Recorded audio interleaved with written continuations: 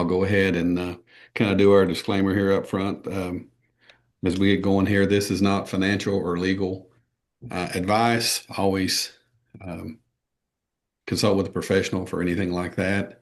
Also, we will be filming and recording and replaying this on our YouTube channel and in our Facebook group. We ask if you can, please, try to keep your camera on if you're going to talk and ask questions and so forth. And without further ado, we want to introduce Mark Lane. He's from the Des Moines, Iowa market. As you some of you've already heard, he's an author. He's been a coach.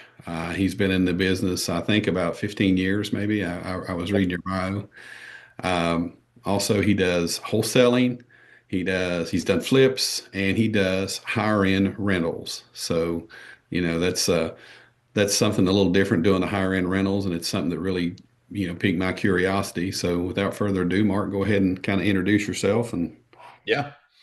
Thanks for the introduction. Yeah. Happy to be here. Yeah. So my name is Mark Lane. Been doing this for 15 years now. Like David said, got into it in 2010, at the bottom of the recession, and, it's a pretty rough road. Started trying to wholesale, wasn't successful, didn't have a buyer's list, didn't really know exactly the steps to take. Had a partner at the time, and we were taking action, kind of found ourselves in, scooping up a few deals relatively quickly, from taking massive action at that point, as 2010. We were making 20 offers a day type of stuff. I mean, launching out a crazy amount of offers. There were so many opportunities on MLS alone. That's kind of what we were going after, and end up picking up. It's short story is, and part of a big story is we launched out like 50 offers. I think it was actually our first time making offers. Launched out like 50 offers and got 11 accepted right off the bat. Had never done a deal before, and I'm like, what in the world? Like, what am I supposed to do with 11 accepted deals? And keep in mind, like, we didn't have earnest money. Everything was just, we were just kind of, finagling our way through it. And so we ended up having to throw 8 of them back, and then we kept 3, and couldn't wholesale any of them. And the market wasn't good for flipping. So ended up finding that we remodeled, refinanced, and kind of repeated. So we ended up kind of finding ourselves into the BRRRR strategy. Of course, that was a time when it was very easy to do a full BRRRR strategy and have no money out of pocket. So kind of started finding ourselves going down that path. And after about a year, we'd accumulated about 12 rental properties. And keep in mind, I had quit my job after the third deal, because I knew that I just know my personality. I knew I had to put my back against the wall, go full time into real estate. My wife at the time went back to work as a nanny. So we were a family of 5 living on $2,400 a month. I still can't figure out how we did it, but anyway, figured out how to make it. And about the end of the first year, my partner was still working full time. He had a very good 6-figure job. He didn't have any need to leave. Whereas I was the one, boots on the ground, doing all the work, working with contractors, working with realtors, making the offers, like all that kind of stuff. And was working with hard money lenders. And so kind of got to a point where I didn't really feel the need for the partnership anymore. Kind of, felt like I was ready to go out on my own, but still needed money. So him and I flipped a couple houses, and then I flipped a couple houses with another guy. So between that, and then I had a little bit of seed capital, and it was about that time I broke off the partnership, went out on my own, connected with a fairly large hard money lender that was local, and we kind of set up a partnership. And he started funding 100% of all the deals, and I was essentially the general contractor doing the work, finding the deals, and then so we started flipping about. And I should say I sold out of all my rental properties to my partner, walked away with like 30 grand from that. And then the new guy and I were flipping 20 something houses a year, and then that progressed for about another year or so until I had more money. I didn't really need his money anymore. I could go, now I was bankable. So I found another hard money lender that didn't take half the profit. It was just interest. And then, of course, was able to get set up with banks. And so things kind of started, compounding is about that point, probably somewhere into year 3 or 4. I started learning how to wholesale better. Went to a couple different, I'd say, mini masterminds. Paid anywhere from $10,000 to $20,000 to be a part of those. But essentially learned the skill set and very quickly started implementing that. And so basically once I did my first wholesale deal and walked away with a quick check and having almost no work into the deal, that was the light bulb came on, and that's where I started directing my energy. And still have flipped many hundreds of houses over the years, but wholesaling slowly became the main strategy. And then probably somewhere about 8 years ago, I started collecting rentals, started getting into nicer houses, over time, nicer and nicer. And so now 15 years later, I don't know, I'm guessing probably done somewhere in the range of, I don't know, 500 to 1,000 deals. I have no idea. Just a wild guess. Portfolio is currently a little bit over 12 million. So yeah, that's kind of where we're at. Yeah, it's interesting stuff. So talk a little more about your wholesaling business. We have a lot of people on our call here, and we have a lot of people that are newer in our group. And so wholesaling basically is where a lot of people are at right now. So Yeah. how did you really get started? Did you do wholesaling just in Des Moines? Did you do it statewide, regional, out of state? I've always done it locally. I've never done a deal outside my area ever. So 100% of the deals are just local. And I mean, and that's just, that's what I like to do. I like to know my market. I mean, that's where I grew up. That's my hometown. So I know it extremely well. So it wasn't hard for me to learn the areas. It wasn't hard for me to learn the values. Not that I knew them like the back of my hand when I started, because I didn't know anything about real estate, but I was able to catch on very quickly and understand the areas because I know it. So yeah, everything always local. When I started wholesaling, let's just call it in the beginning, way before I ever started marketing, it was all done off the MLS. So of course, that's in a market where there was a surplus of inventory on the market alone.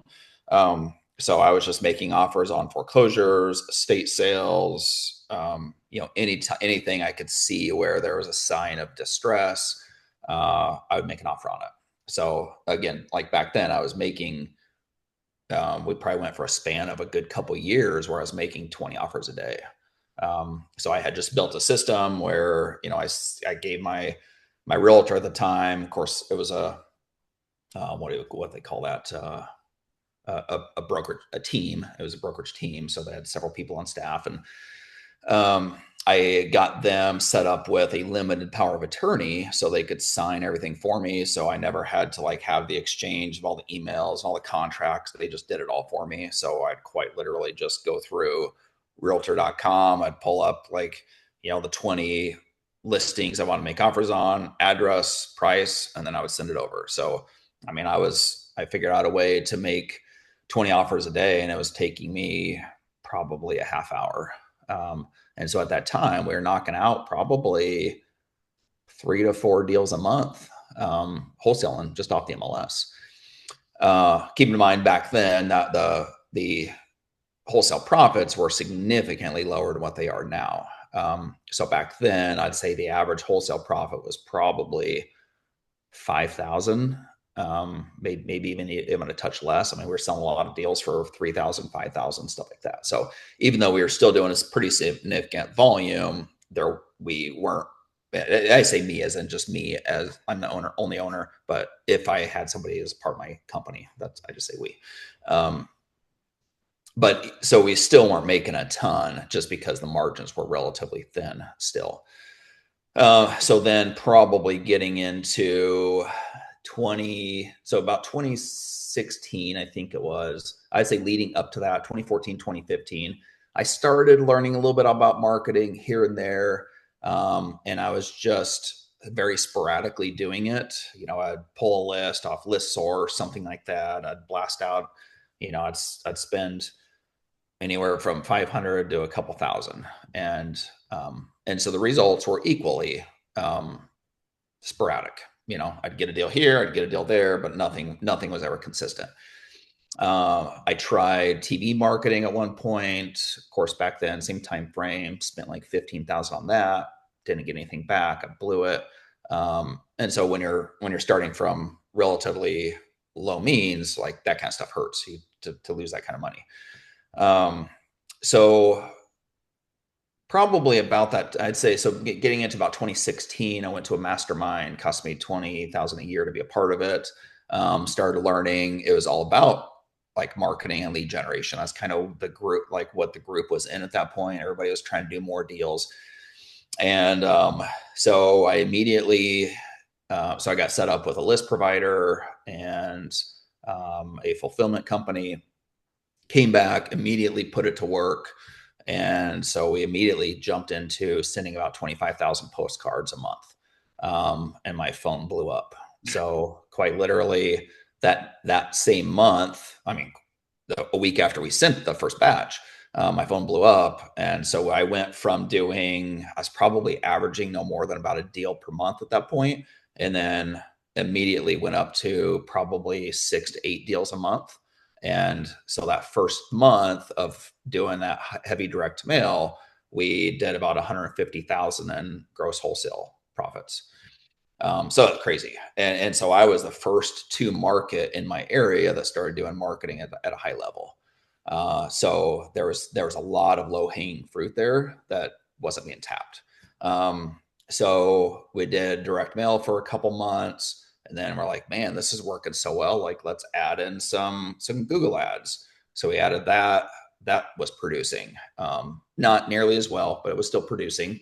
So we were spending, I don't know, maybe 5,000 a month in Google ads. So then we started doing Facebook ads, and that was producing, but even less. But altogether, I guess I'll digress for a second. The problem is that we increased volume so fast that it put a huge bottleneck on my ability to sell the deals. So I was acquiring a ton, right? 6, 8, 10 deals a month, but I was acquiring so much so fast that I didn't have any ability to sell the deals. So I'm like, I need help selling these things. I was oftentimes getting down to like the last couple days or week of the closing, and I didn't have the property sold. So then I'd have to scramble, get it sold. Then I have to go back to the acquisition side. So then at that point, I had brought on an assistant, I would say once we started doing high volume pretty quickly. And so that she came on, but then I was like, well, we need somebody to help sell these deals. So she wanted to jump over to that role. And I said, well, you need to help me find another assistant. So we found another assistant. So then there's the three of us. Again, things were moving so fast that I had deals falling through the cracks all the time, leads that were never being followed up on. I said, man, I need to hire an acquisitions person. So hire an acquisitions person. So bottom line, everything kept growing. We got up to where I think 2019 we did 110 deals that year. However, so even though we were doing crazy volume, I think our biggest month we did like 16 deals, but our net profit started to significantly sink because our overhead jumped from, again, previously me just up to about 2016. I probably had an assistant off and on throughout the beginning years. But the overhead was always very low. I mean, I was able to live off of 5,000 a month or so back then, and I didn't really have any other costs. And then next thing you know, 2019, 2020 timeframe, my overhead is 65,000 a month. And so if we had a bad month or two, we didn't make any money. So COVID kind of gave us that chance to reset. So once COVID happened, of course, we had several months where, just like anybody, we couldn't really get in the houses, we couldn't meet with people, they weren't letting us in. And so I just clean slate. I wasn't happy with the business anymore. Let everybody go. My stepdaughter at that time was just graduating college, and she came on as my new assistant, and we've actually kept it that way ever since. So now we just reset it. It's just her and I. Labor's relatively low again, and now fast forward to 2025. Last year we did 70 deals. Now our net profit is probably closer to about 500,000 a year, with a lot less stress, a lot less volume. Right. Okay. That's good stuff. I appreciate you sharing it with us. I mean, that's very real. Sometimes, your business can grow and you add more people and Mm-hmm.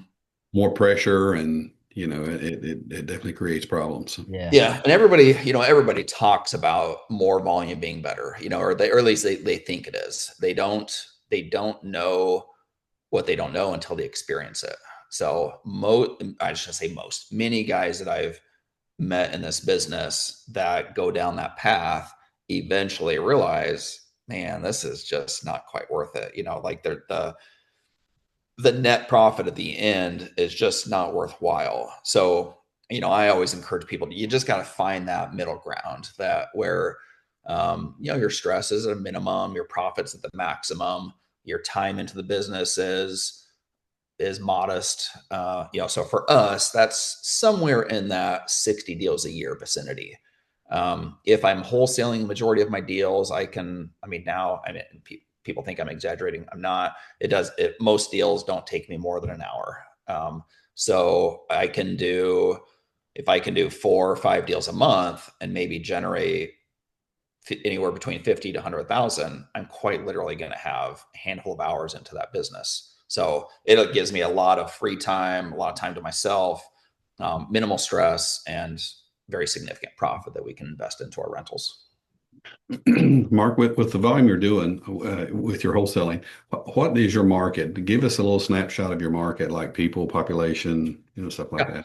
that. So I think Des Moines, I think the whole metro it's up to a little bit over 800,000 now. I think it's grown a lot. It's grown a lot over the last several years.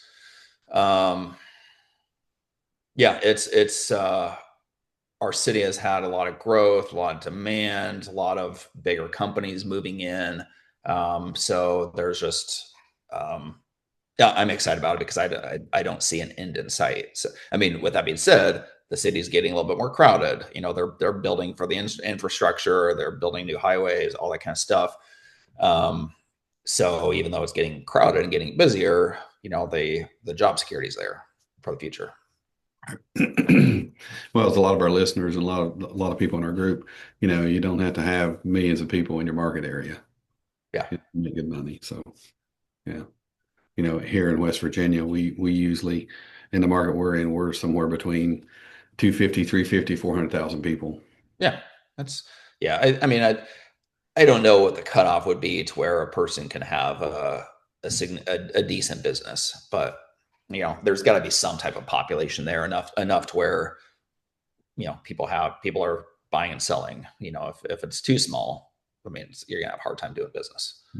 So walk us through in a market like this, what lists are you pulling or who are you targeting? You know, Yeah. So I've kept it really simple. For me, it's if it's not broken, don't fix it type of thing. So I'm not ever pulling new lists. I use Audantic targeting and I just keep doing business with them. That's all I've used for 9 years straight. So they send me a new list each quarter, but I don't. I'm not off pulling. The thing is, I've tried, right? Like I've tried pulling probate lists and tax default lists and pre foreclosure lists and all that kind of stuff. In fact, I was doing a lot of that trying last year. Like we're always kind of testing new things.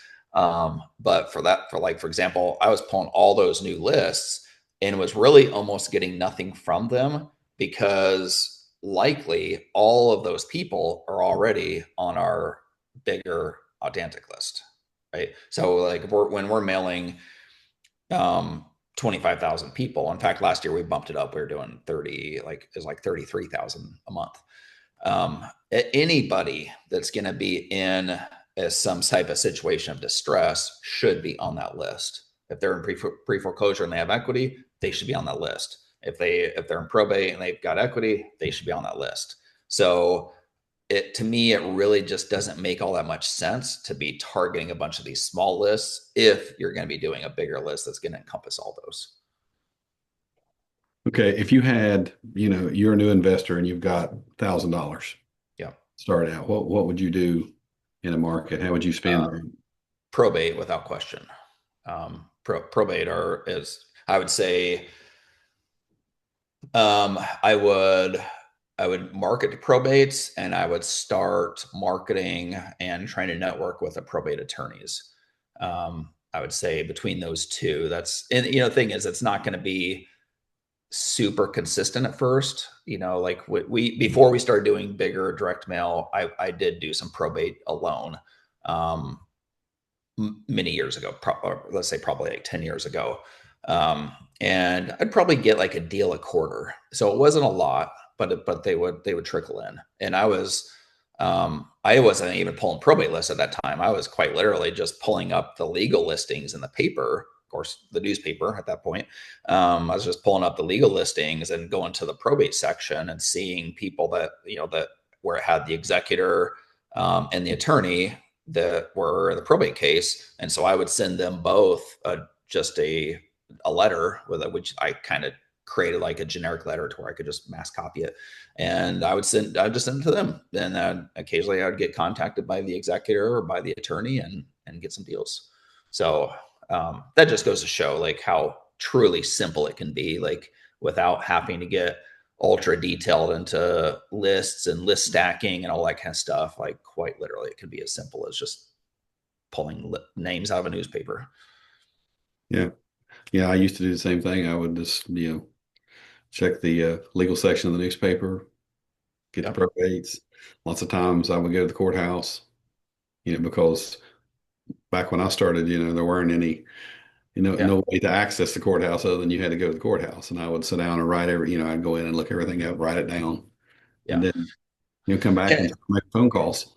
I think there's an advantage to guys that have been in the business longer that have done that kind of stuff because I would say they're more immersed. They were more immersed in the business and learned the ins and outs of it. Whereas now everybody's taught to pull lists from a site or this and that, and they're allowing the digital access to do the work for them as opposed to them like really understanding what they're doing.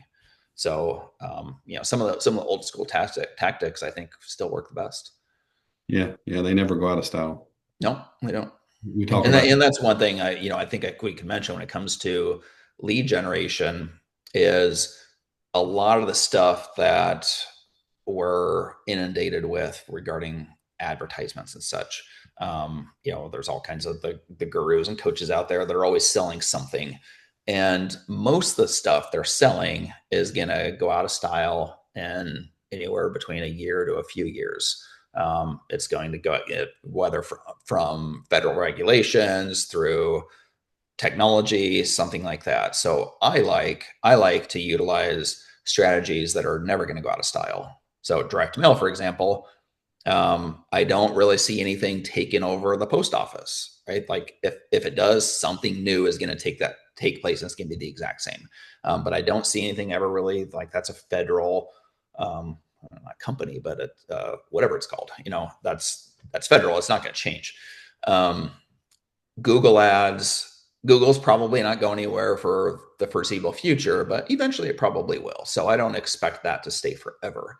Um, we look at stuff such as your networking, so learning to find the professionals. Well, this is what I call the Dream 100, right? Like finding the people that your ideal seller is going to be going to for help.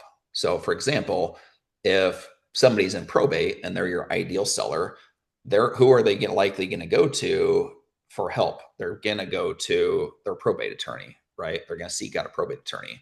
Well, you should have relationships with those probate attorneys, because who do the probate attorneys need to help liquidate these deals? They need the investor. So finding that those types of contacts, those will never go out of style, right? So MLS, even though it's not as applicable right now, it'll never go out of style. So knowing how to make offers on the MLS. So I personally like to utilize as many avenues as possible that are never going to go out of style, while I know that the majority of my competition is going to be trying all the tech type stuff, and they're probably going to do far less. Yeah, I agree 100%. I mean, that's, the older techniques like that. And like you say, Google, post office. The good thing about a postcard, and we talk about this a lot, is the shelf life of a postcard. Mm-hmm. We get calls here in West Virginia a year later from a postcard. Yeah. I Yep. Same. mean, maybe sometimes we go back and look, we send them one or two postcards, and they'll take that postcard and they'll keep it. Uh, Mm-hmm. you know, a lot of, well, like my grandmother, she'd take it and she'd put a magnet and put it on the refrigerator or, Mm-hmm. stuff like, and they keep that postcard. And then we get that call months later, maybe a year, year and a half later. Well, and the other thing is that you are showing up in front of them, either one, when they're hot, which is generally where you're going to get the call, or two, in their most convenient atmosphere, which is going to be their home, as opposed to being on a billboard, or let's say you've got some sign at a ball game or something like that. They're not in a atmosphere where they're thinking about their problem or selling their house, right? Whereas when they're at home and they're stirring and they're stressed, and you got your postcard right there in front of them, it's hitting them at probably the most opportune time. Yeah, that's a great point. Never thought of it that way, but yeah, Yeah. they would be thinking about it while they were sitting at home, maybe late at night or Mm-hmm. sitting there, yeah. So good Yep. stuff. Travis, I'm sure you've got some questions. I've kind of taken up all the Uh, time.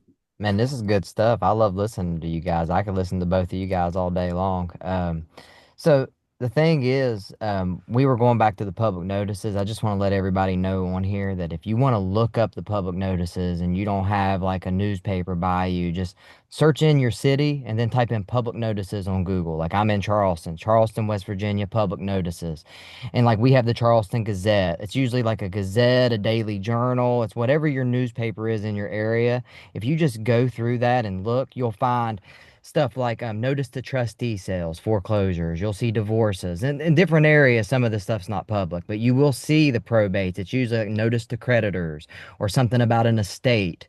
So you take advantage of this stuff because the county's giving it to you in most of these areas. I really don't have a question. I just wanted to make sure that I dug in a little bit deeper to that just in case anybody wanted to look it up.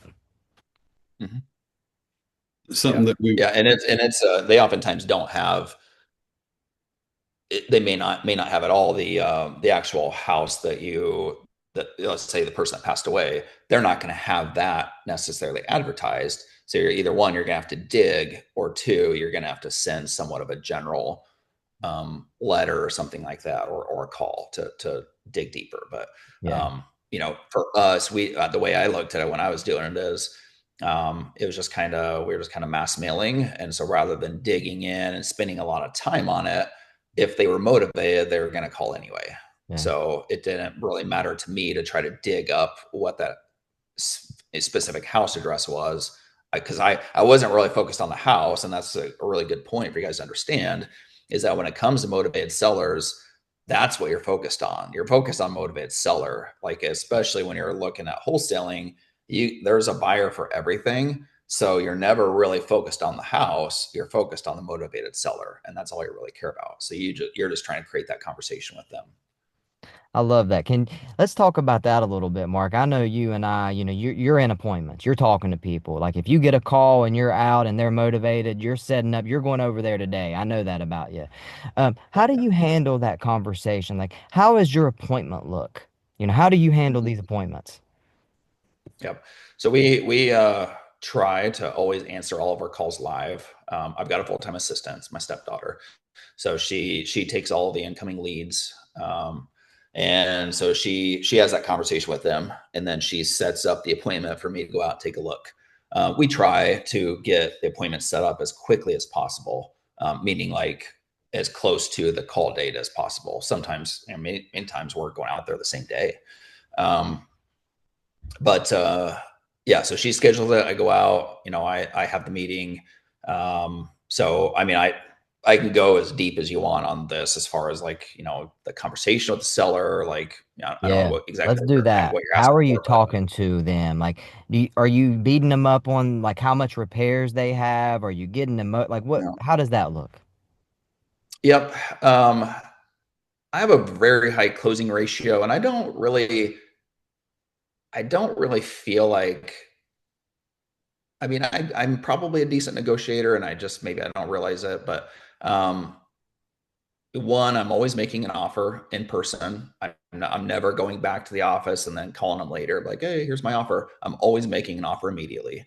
So that probably helps. And there's many appointments we've gone on where they're like, yeah, you're the only one's made an offer. We've had a couple of people out here, and they said they'd get back to us, but they haven't yet. I'm like, why in the world do people not have the ability to just make an offer on the spot? So it's either one, they just don't know how to run an offer quickly. They don't know their comps, or they're salespeople for a company, and they've got to take it back and get approval and all that kind of stuff. So just being able to be quick about it makes a big difference. But so I'll kind of go through this quickly just to try to fit it all in. Um, so usually I'll walk in the door, introduce myself. One key point is to always control the entire appointment. You're never like, let's say you introduce yourself and then you're waiting for them to say to lead, right? Like I introduce myself and then I'll say, hey, is there a spot maybe we can sit and talk for a few minutes, and then we can kind of go over what's going to take place, right? So I'm immediately leading it. We ideally sit down, and then I'll just say, you know what, like I know that my assistant asked you some questions, but why don't you take a couple minutes and tell me a little bit more about why you're looking to sell and kind of situation you're going through. So it just allows them to kind of talk over things again. And so I'm just kind of listening for any pain points. I'm really something I think that maybe helps me is I'm truly not thinking much about. I'm not thinking anything about making money when I go to meet with them. I'm purely just thinking about, how can I help this person? And so there's many times where if I don't think I'm the best option for them, I'll tell them, and I'll either refer a realtor, or I'll just tell them, hey, I don't think this is the right opportunity for you, whatever it is, right? So I'm really coming from a place of uh, genuinity. Like I'm not trying to steal their house. I'm there to help. Um, so anyway, after we're talking, then I'll say, hey, can you take me through the house? I want you to point out anything you've done to it, any upgrades you've made, as well as any problems that are there. I said, I'm probably going to see them anyway, but just be on the safe side if you can point anything out that's a negative. So that, again, kind of as they're going through it, they're gonna be thinking about, when they're telling me all the problems with the house, they're voicing them, right? So that's a good thing. So as we're going through the house, I'll naturally try to make a little bit of small talk here and there, try to build a little bit of rapport, that type of stuff. Eventually we'll kind of move back over to where we initially started talking, and so then I'll just kind of start asking some questions. So this is something I think of as what's called offer stacking. So an offer stack, for example, we've all seen it, right? Like, so let's just say you've been on a webinar and somebody says, I'm going to offer you this, and you're going to get like, these extra couple bonuses, and you're going to get this, and you're going to get this, right? Like that's called an offer stack. So I think of it the same way when I'm making the offer to them. I'm asking questions. So I'll be like, when are you looking at, wanting to close on the property?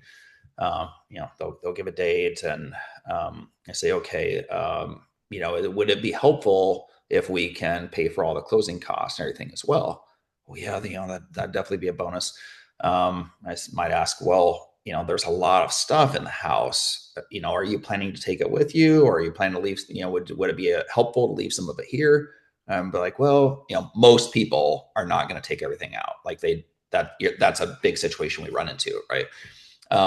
So then finally, and I'll always ask, like, what do you feel like you're needing to get out of this, right? I'm not asking what do you want to sell the house for, because that always will not automatically put somebody in the highest price point possible. But I try to say it slow enough to where they catch on to need, like, what do you need to get out of this? Um, so once they give the number, so first, if they give a number that is too high, then I immediately will be like I think that's probably going to stretch us. I don't think we're going to be able to make that work. And then I'll go into, I said, can I explain to you, why we need to offer what we need to offer? And then I'll go into kind of laying that out. If they if they mention an amount that is, sorry, I'm trying to like think through all this while I'm talking. If they mention a number that's low enough or very close to what we would need to buy it for, then I never immediately jump into, oh, that'll work for us. Because guess what? They now know that they undersold themselves, right? So even if they give a number that is extremely attractive to me, I'm still going to be like, yeah, like I think we can probably make that work. It's just poker face, right? Like I'm trying to make it look like I can barely make that work type of thing. Now, if they give a number that works for me, I don't negotiate and try to get lower and lower, because I want to be fair. I just don't want to lead on that we're getting a great deal. Does that make sense? So then, from there, be like, you know what? I think I can make that work for you. So here's what I propose. I'll offer you this, which is what you're asking for. I'm going to cover all the closing costs except the taxes, and I'm going to allow you to leave anything you want behind at no cost. Does that sound like a good offer to you? Right. And so once they say yes, or yeah, yeah, it sounds pretty good. Then I immediately be like, okay, well, why don't I'll ask about the abstract. In Iowa, we have what's called abstracts. It's essentially part of like the title paperwork. I think we're the only abstract state left. Um, but anyway, I'll ask him. I said, "Do you have the abstract? If you do, can you work on getting that?" And I immediately just start filling out paperwork. I don't ask them, does this work for you? Do you have any issues with this? Anything like that. I just immediately start filling out paperwork, and they usually just start to follow. Right. So again, we're leading the entire conversation. So once I can think of like one time out of probably a thousand where I got through the paperwork and they're like, well, I don't know about this. They always just like, once they basically say yes, they just follow. Right. Um, so then once I get the paperwork filled out, the purchase agreement, then I just tell them, I said, okay, so I'm going to read through this with you. And I quite literally read through line by line. And I go relatively quick, but I'm sure to pronunciate very well. I just want to make sure that they understand. They might even have a little bit of questions, but generally, if I just go through line by line at somewhat of a nice even pace, and then I get to the end, I said, just go ahead and sign a date here, and I hand them the pin, and that's it, right? And I don't say anything until they either ask a question or until it's signed. So then after that's done, then I'll usually have a couple other documents to sign, which is just like a seller info sheet or the payoff authorization, that kind of stuff. Then from there, I just tell them, okay, great. Like, I'm just going to go ahead and get some pictures now just for our file. It's going to take just a few minutes. So I go around, get all my pictures. And then from there, I just say, great, that's all we need. So do you have any questions? And answer, usually they don't. And then I do what's called, setting the expectations. So I'll tell them, if let's just say if they don't have the abstract, I say my assistant's going to try to hunt down the abstract, whether she finds it or not. We're going to, we'll either build it or, or we'll update it. Either way, we're paying for it. So there's nothing you have to worry about there. And I was telling them there's really nothing that you need to do other than starting to move. And you're not really going to hear much from us up until about a week before closing. At that point, my assistant will reach out to you, schedule closing, get you the closing statement, make sure everything looks good to you, and that's it. That's So gold, man. It yeah, pretty sounds like smooth you do process. a lot of the qualification while you're in the home. So do you guys like go out to everybody who calls, or what does your like everybody gets 100%. an appointment? Okay. Everybody. Yeah. Yeah. And there's, so, obviously there's a lot of appointments we go on that don't work. Right. I mean, I'd say I close about 1 out of 5 appointments we go on, probably actually even a touch better than that. But yeah, so there's a lot of appointments we go on that don't turn into anything. Some of those I refer to a realtor or whatever.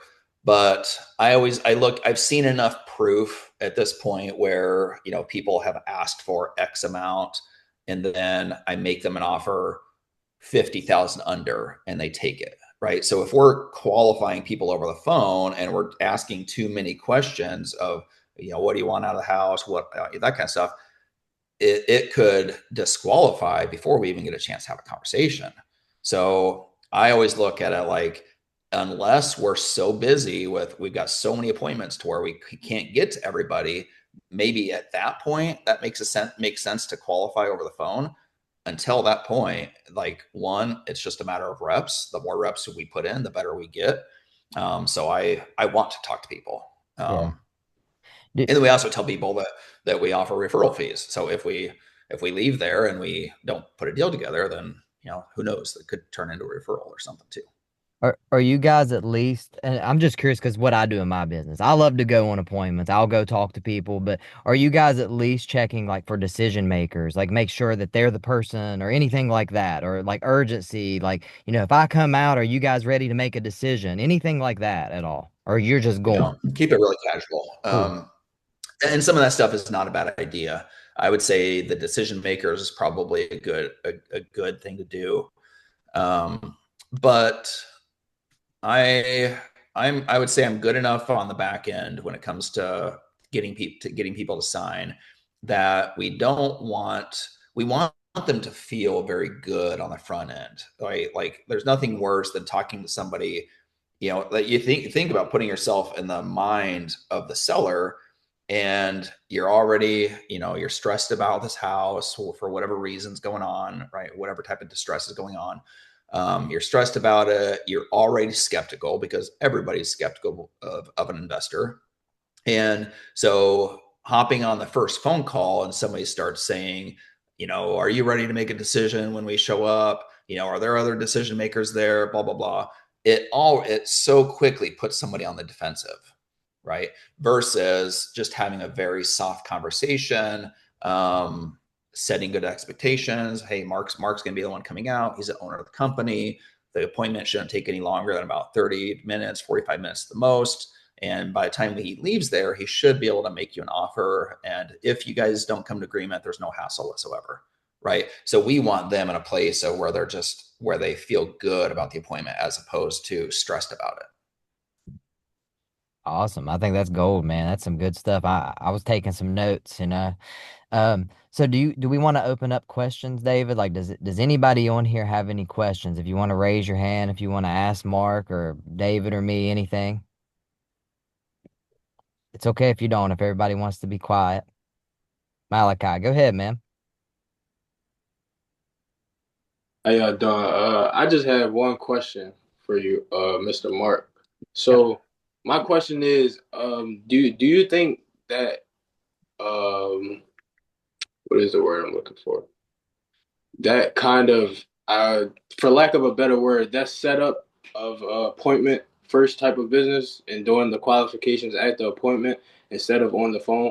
Do you think that that would give you, or would you say that that has given you a higher close rate than Yeah. like qualifying on the phone?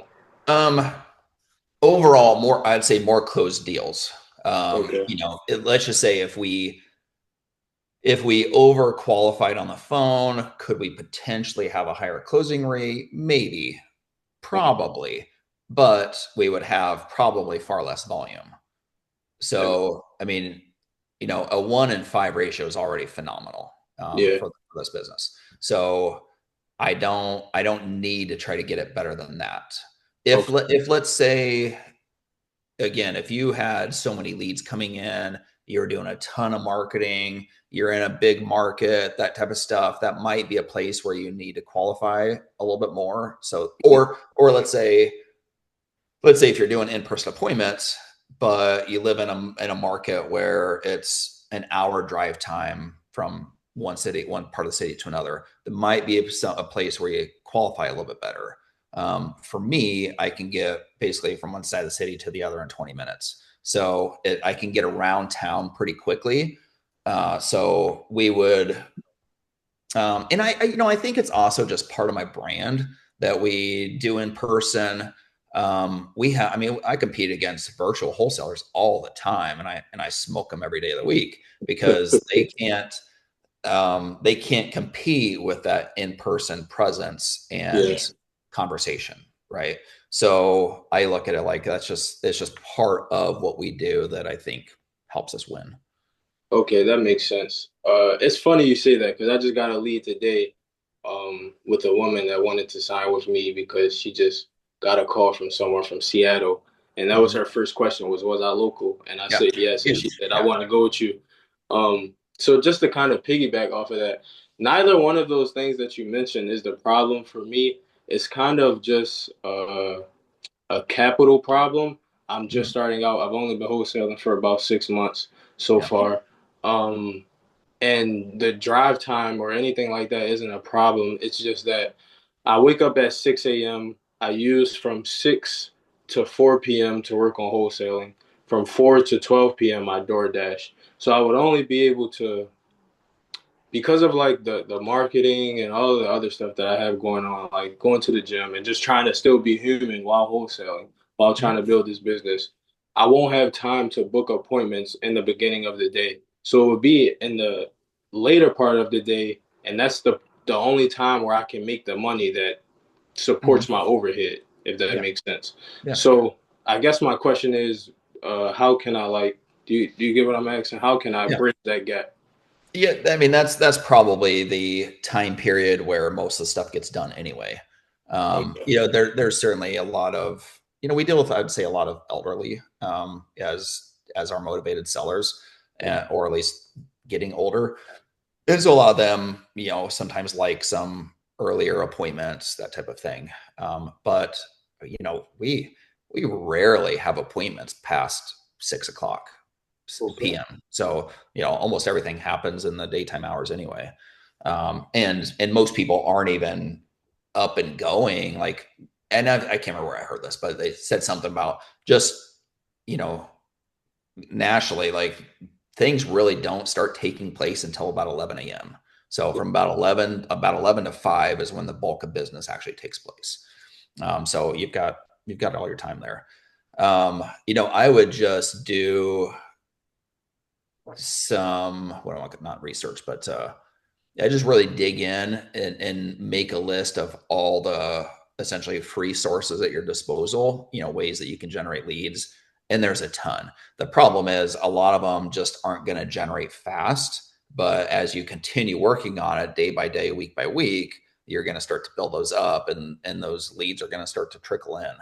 So, it's a lot of, until you get a significant marketing budget, it's a lot of hustle. Right. But realistically, I mean, all you need is a couple deals a month, and it's going to start growing pretty quickly. Right. So just make sure that I'll give you a story to really drive it home.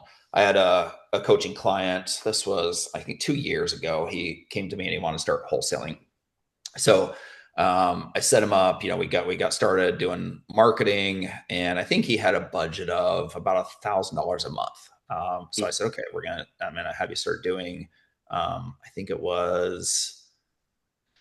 I can't remember what list. I want to say like a senior list or something. I can't. It doesn't matter. Anyway, he started marketing, and that year I think he did maybe like 5 or 6 deals, but one of them ended up being a home run. So he ended up hitting, like, it was like $45,000 wholesale profit.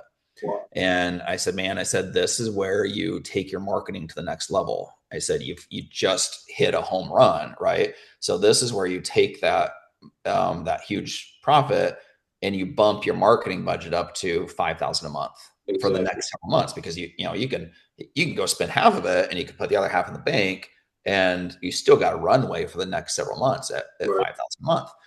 Well, he was doing an Airbnb, ended up sinking all of his money into that, spent his marketing budget, and he lost his traction for basically since then, right? Like he's done a couple Right. deals since then, but he lost his traction. Whereas if he would have started investing that money into marketing, he probably very quickly could have gotten up to 2 or 3 deals a month. And then Okay. at that point, then invest again, right? Invent until you can get up to 10,000 a month. Once you get up to about that 10,000 per month in marketing spend, that's a point where you're going to have a pretty consistent 3 to 5 deals a month, and you'll have a sustainable business. Okay. So it's just, yeah, constantly reinvesting back into your marketing. That makes sense. Thank you for clarifying. I appreciate that. Yeah, you bet. Awesome. Anybody else have any more questions? Anybody want to raise their hand? Give somebody some time to speak up. I have a question for you, Mark. Yeah. So, I was catching that it seems like you really like to keep everything very casual when you go on these appointments. Was curious, when you go on these appointments, like how do you dress? Do you just show up in a t-shirt and jeans, or do you wear like a logo polo or anything like that? This is it right here. That's it. It's my Okay, branded cool. t-shirt, and here's I don't know if that one has anything on the back. No, it doesn't, but most of my t-shirts will have, so I wear I wear the same thing every day. My daughter always makes fun of me for it, but just blue jeans and a branded t-shirt. So most of my t-shirts have like a thing on the back that says, what has 2 thumbs and wants to buy your house, and it says this guy. So just something kind of funny. A lot of times the sellers are walking behind me through the house, so they see it and such. But yeah, so even though we're casual and simple, don't let that fool you to think that we don't have our stuff together. And I'm not saying that you think that, but because everything we have is branded, right? So we've got a very branded company. My truck is wrapped. We've got our nice branded folders. We've got our nice branded flyers. We've got our nice branded magnets, branded business cards, branded shirt, branded signs. So everything looks very congruent. And I'll give you a kind of story for why that is. So many years ago, I was out meeting with the seller, got the house under contract. And back then, didn't have any of this stuff. I purely had a one-page purchase agreement, which we still have a one-page purchase agreement. But back then there was no branding on it. There was no carbon copy, just quite literally one page. And so I would get that filled out and I would take that back with me and I would turn it into my attorney or my assistant or whoever. And the seller wasn't left with anything. And so I got a hold of the seller. It was about a few weeks later. I needed to get a buyer in there to potentially buy the house, and so I reach out to him. And I say, hey, can we get in for a quick inspection? He said, well, I didn't even know if the deal was still on. I haven't heard from anybody. I don't have anything.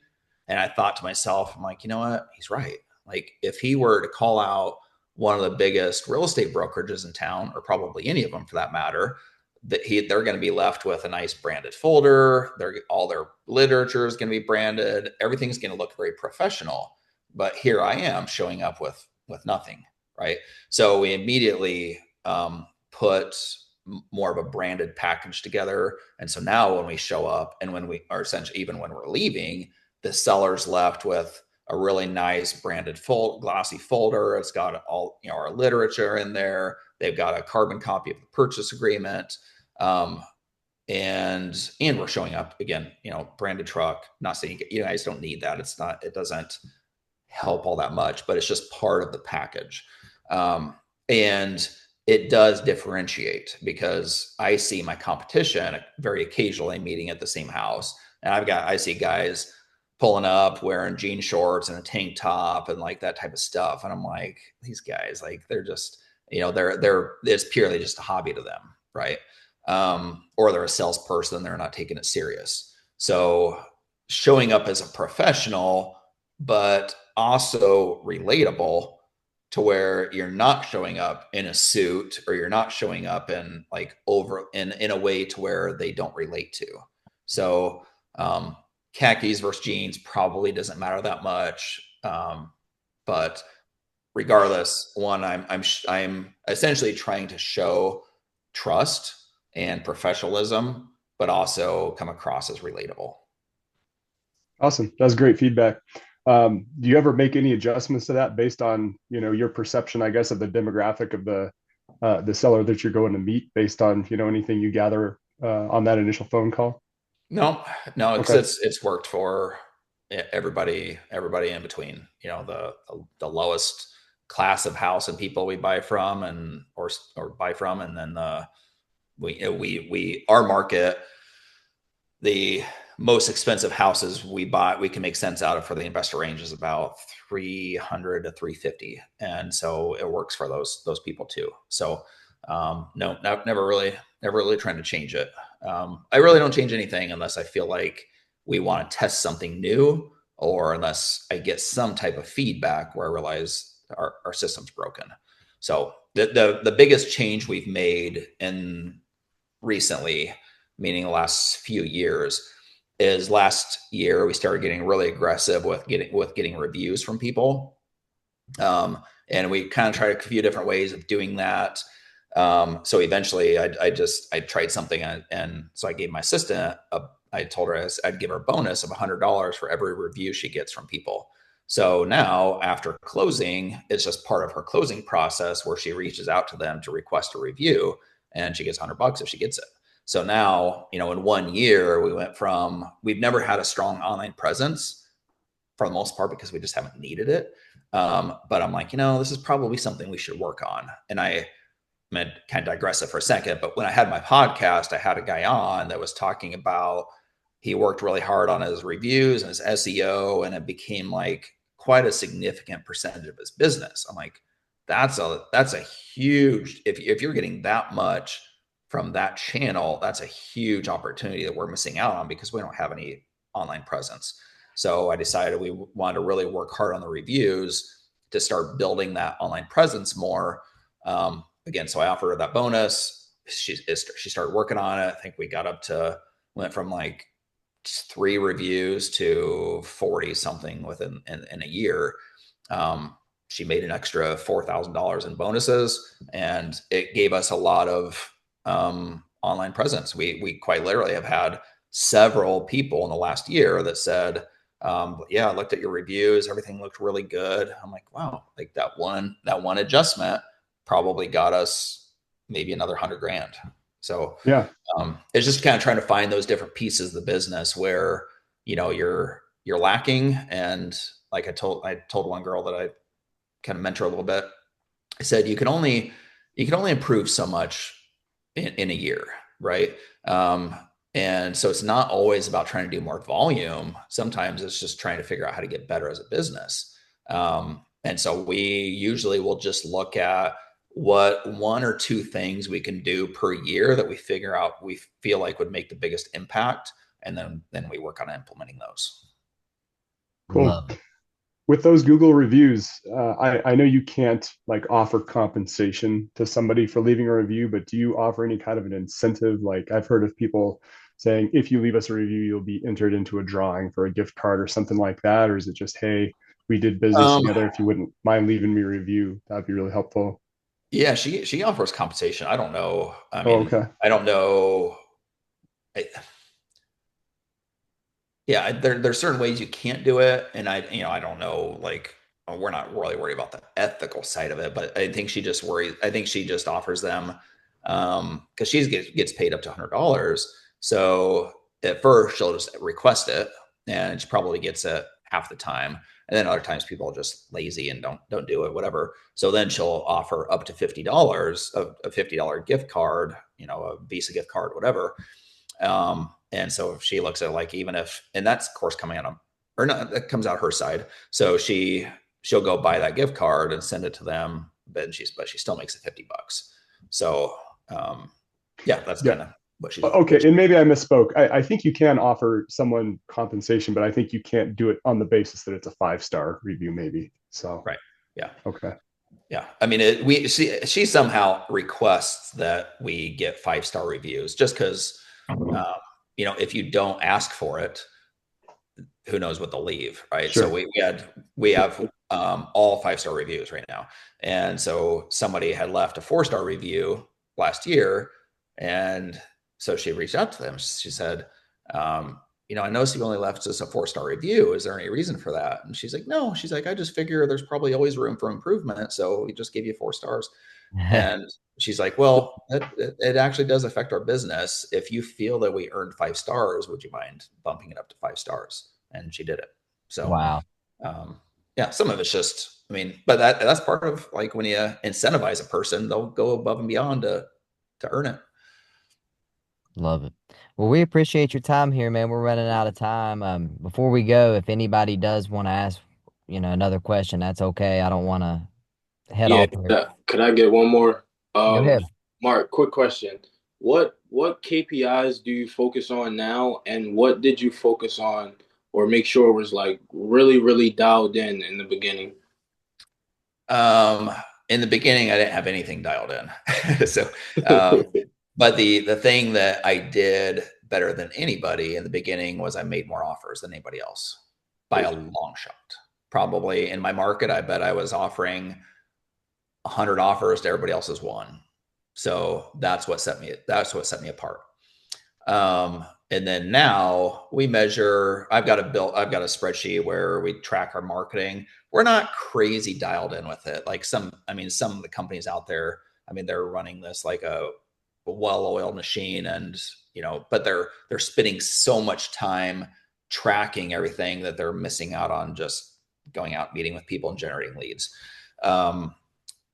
So we track our leads, our appointments, our um, our lead to appointment ratio, our closing, our appointment to closing ratio, our cost per lead, our our return on investment for our marketing dollars. Yeah, so we're tracking all the stuff that I would say is necessary. So we can make very educated decisions based off of what our data that we have.